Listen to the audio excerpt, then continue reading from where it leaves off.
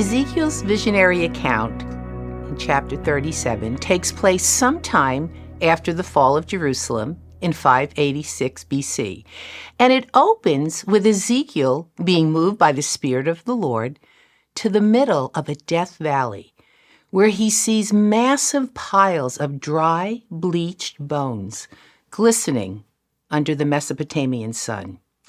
They're not skeletons, but massive piles of bones strewn about as far as the eye can see. These bones have been picked clean by vultures and other carrion, the large numbers suggesting the remains of a major catastrophe. Ezekiel is amazed at their utter dryness, which suggests these bones have been lying on the valley's surface for quite some time. What does this part of the vision mean? Well, spoiler alert, let's look down at verse 11. Then he said to me, Son of man, these bones are the whole house of Israel. They say our bones are dried up and our hope is gone. We are cut off. So we're told that these bones in the vision refer to the Israelites. In other words, the massive piles of bones strewn about the valley don't represent just any of Nebuchadnezzar's numerous victims who had been denied proper burial, but the entire house of Israel. Ezekiel understands that this disaster is not simply the unfortunate result of Babylon's empire building. Since nothing can happen unless God allows it, the people of Judah, especially their leaders, brought this ruin upon themselves by their persistent covenant disobedience. Again, listen to what they've been saying according to verse 11. Our bones are dried up and our hope is gone. We are cut off. Our bones are dried up. That was a common metaphorical way to express despair and lament in the ancient Near East. Many of you may have learned the scriptural melody and song, A merry heart doeth good like a medicine, but a broken spirit dries up the bones, from Proverbs 17:22. It's hard to overstate the depths of despair felt by the exiles after 586 BC. At its base is the belief that the Lord has finally and irrevocably rejected his people. Because again, as we know, in 586 BC, the nation has been decimated, and so the people are dispirited. They say our hope is lost. They believe the Lord has abandoned them. We are completely cut off. They've been orphaned from their land, from their beautiful city, from their temple. They've lost all hope in their future, and they've lost all hope in the Lord. And so in their minds, living in the land of their enemies, the pagan Babylonians, was a living death. As we've noted, Ezekiel has this vision, his third of four, after the destruction of his country in 586 BC. Utter despair and hopelessness have set in among his fellow exiles in Babylon. The Israelites have experienced the Lord's wrath and have concluded all hope is gone. Where's the Lord in all this, they wonder. So the Spirit of the Lord leads Ezekiel to and fro around the bones to see for himself. No cursory glance will do. Everywhere Ezekiel steps, there are more and more bones.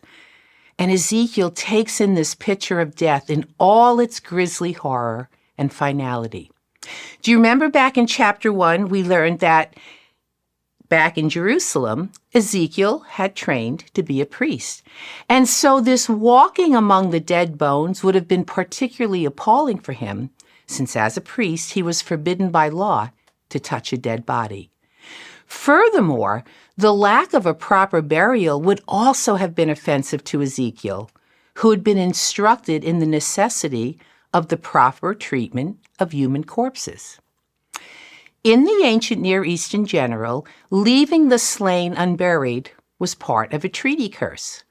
And the Israelites had been warned by Moses century before that not being properly buried would be one of the curses they would suffer if they broke their covenant with the Lord.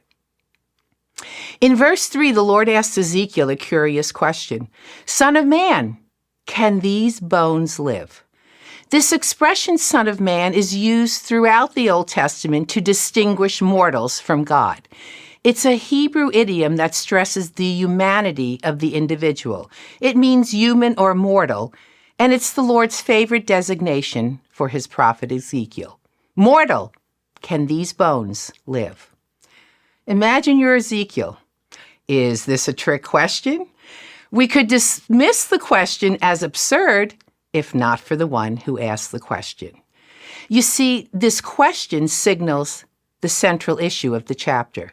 Now, Ezekiel knew the Lord was the giver of life. He may have well been aware of some of the episodes of resurrection that had taken place in Israel's history. The son of the Zarephath widow, the son of the Shunammite woman, the man who had been thrown into Elisha's tomb. But those examples were all of the recent dead, whereas these bones on the surface of the valley are the very dry and bleached bones of people long dead and gone. Did you notice that the question the Lord asks Ezekiel is not a theological question about the doctrine of the bodily resurrection in general? Listen again. Can these bones live? These jumbled together remnants of people long dead. When reading the Old Testament, I'm always trying to pay attention to what's repeated, because that's one way to show emphasis in the Bible. These bones is repeated 3 times in verses 3 to 5. Can't you just picture Ezekiel, after the Lord asks him this question, scanning the valley of death and shaking his head at the enormity of it all? How would you have answered? Beyond fixing? Too late? Ezekiel answers by throwing the ball back in the Lord's court. O sovereign Lord, you alone know. The Lord's response to Ezekiel is that Ezekiel himself will be personally involved in providing the answer. The Lord tells Ezekiel to preach to this wasteland of bones and command them to hear the word of the Lord. As Christopher Wright observed, it's a well-attested anatomical fact that although ears have many bones, bones do not have ears. Ezekiel complies and preaches to the bones, declaring what the Lord will do for the bones. Let's read the second half of verse 4 through verse 6. Dry bones, hear the word of the Lord. This is what the sovereign Lord says to these bones. I will make breath enter you, and you will come to life. I will attach tendons to you, and make flesh come upon you, and cover you with skin. I will put breath in you, and you will come to life. Then you will know that I am the Lord. The Lord will bring them back to life, and then they will recognize that he is the Lord. With a great rattling noise, toe bones are reconnected to feet bones, which are reconnected to ankle bones and calf bones, hip bones to spine bones. You get the picture. Next, ligaments attach the bones together, muscles cover over the bones, and then skin overlays the muscles. Decomposition in reverse. Did you notice what doesn't happen? There's no spontaneous breaking forth into a rousing chorus of reunited, and it feels so good. That will have to wait for Peaches and Herb in the 70s. Other images of restoration in the Bible often include dancing and singing and rejoicing. But something's still not right. The dry bones are indeed reconnected, but they're still dead. So now Ezekiel finds himself in the midst of a vast army of corpses. We can imagine a new flock of vultures circling above. Why? Because according to verse 8, there was no breath in them. They're reformed, but not revived. Ezekiel is commanded to prophesy a second time, but this time he is to direct his words not to the corpses, but to the breath or wind. At this point, it's worth noting that there's a play on words here that we miss in our English Bibles. The Hebrew word ruach, which is used 10 times in these 14 verses, 4 times alone in verse 9, is variously translated in your English Bibles as breath, wind, or spirit. And the basic meaning is air in motion. Whether ruach refers to human breath, a natural wind, or the divine spirit, it's all controlled by God, who uses the ruach to bring life out of deadness. So, for a second time, Ezekiel does as he's commanded. He prophesies to the breath or wind, and the corpses become living beings again and stand on their feet as a great army. What is the significance of this two-staged process? Perhaps you notice that the two-stage process echoes the creation account of the first human in Genesis 2:7, where the Lord first created Adam out of the dirt, and then in an act of tender intimacy, the Lord breathed his spirit into his nostrils to bring him to life.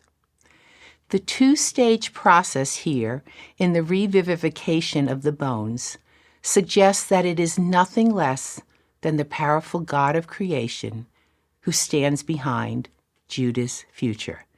Nothing can overcome the national death of the exile except the Spirit, the Ruach of God.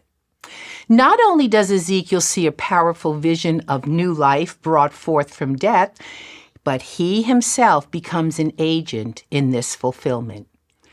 Certainly, the Lord could have brought about these corpses to life without Ezekiel. It's God's Ruach who gives life, but Ezekiel himself is the instrument used. You see, dear friends, the Lord uses the faithful obedience of his people to accomplish his work, including bringing the dead to life. In verse 11, we have the turning point in the passage where the Lord provides both the occasion for the vision as well as its interpretation, as we've already discussed. The bones do not represent dead humanity in general, but the entire nation of Israel, which the Lord will bring back to life. This vision given to Ezekiel is the Lord's response to both his people's defeat at the hand of the Babylonians, as well as their despair and hopelessness.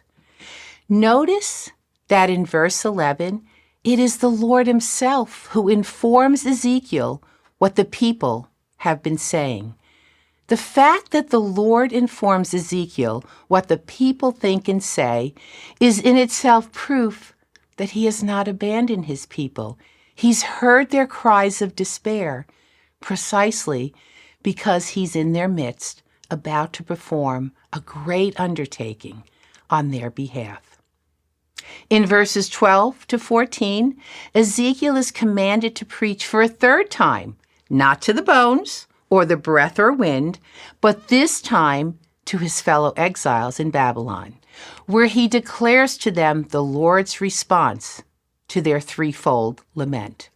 There's a shift in metaphors from dry bones in a valley to bodies in a cemetery being resurrected from the grave. Our bones are dried up. God will put his spirit in them and renew them as he had promised in chapter 36, verse 26, not so that they can return to their old way of life, but to a new way of faithful living. Our hope is lost. The Lord will reverse their spiritual death, and they will live. We are completely cut off. He will bring them out of exile and return them to their own land. In other words, the Lord is promising them a comprehensive reversal, something only the Lord can accomplish. Did you notice that twice in these closing verses, the Lord refers to the exiles as my people? You see, the Lord had not abandoned them. Their persistent covenant disloyalty and disobedience had merited them only death, but they're his people, and he had not forgotten his covenant with them. And so the passage ends in verse 14 with these words, "Then you will know that I am the Lord. I have spoken, and I will do it, declares the Lord." When the Lord accomplishes all these miraculous things for the benefit of his people, they will know who he is.